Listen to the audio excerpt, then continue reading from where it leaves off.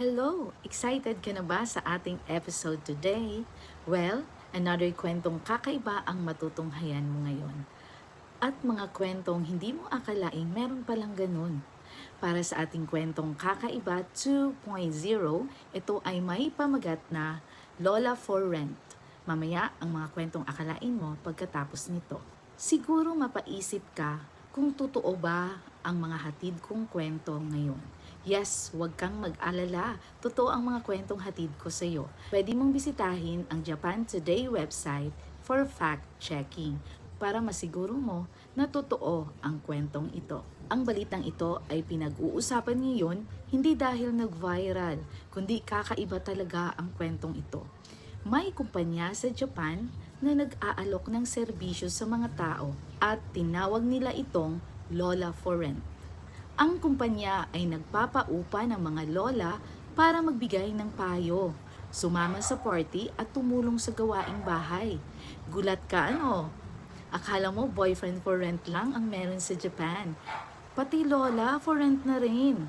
Ang kumpanyang Client Services ay napapaulat na nagpaparenta ng mga babaeng senior citizen na tinatawag nilang OK Grandma Services. At ang tanong, magkano kaya ang per hour fee para maka-avail ng OK Grandma Service? Ang renta ay umaabot lang naman ng 3,000 yen o humigit kumulang 1,300 Philippine peso. Sa bagay, malaking tulong na din yan sa mga kababaihang senior citizen para makatulong sa kanilang pang-araw-araw.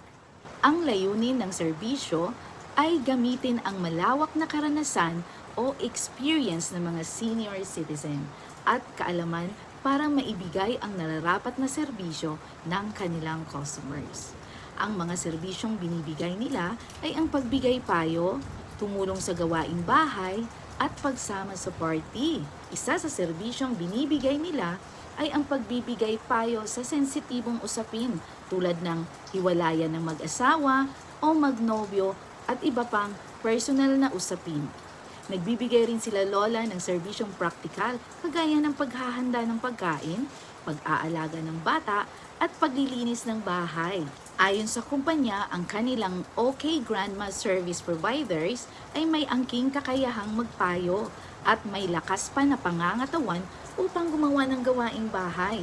At hindi lamang ang kumpanyang ito ang natatanging kumpanya na nag-offer ng serbisyong ito, kundi marami pang iba. Isa ito sa mga iba't iba pang successful companies na tumutugon sa mga social and personal needs ng mga mamamayan sa Japan. Para sa ating kwentong Akalain Mo 2.0 ay tungkol sa isang newspaper. Bakit nauso nga ba ang broadsheet newspaper or yung mahabang papel compared sa typical papers na gamit sa eskwelahan? Noong 1712, ang British government o ang gobyerno sa Germany ay may kakaibang basihan kung papaano sinisingil ang newspaper publication companies. Hindi kagaya sa Pilipinas na may kaukulang porsyentong sinisingil ang ating gobyerno kada buwan sa mga kumpanya.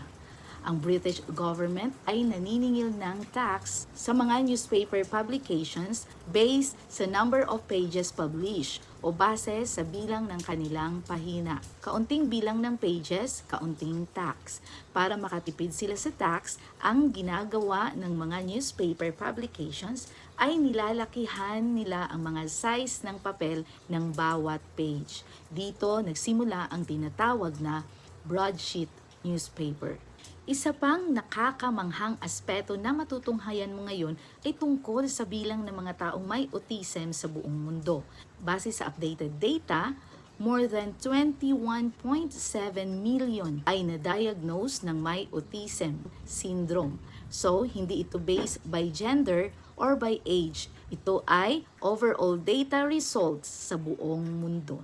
Para sa ating last part sa araw na ito ay tungkol sa pagiging addict sa soft drinks. Isa ka ba sa mga taong hindi po pwedeng hindi makainom ng soft drink in a day?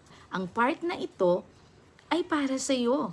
Ayon sa mga eksperto, ang pag-inom ng isang lata o 1 can of soft drink in a day ay nagpapataas ng 22% chance sa isang tao na magkakaroon ng diabetes. Kung ikaw hindi ka pa na-diagnose or diagnosed na, iwas-iwasan mo na ang pagsusoft drinks. And that's all for today. This is Sel, aka Lalang from News Publishing, Bell Alsa Content and Articles.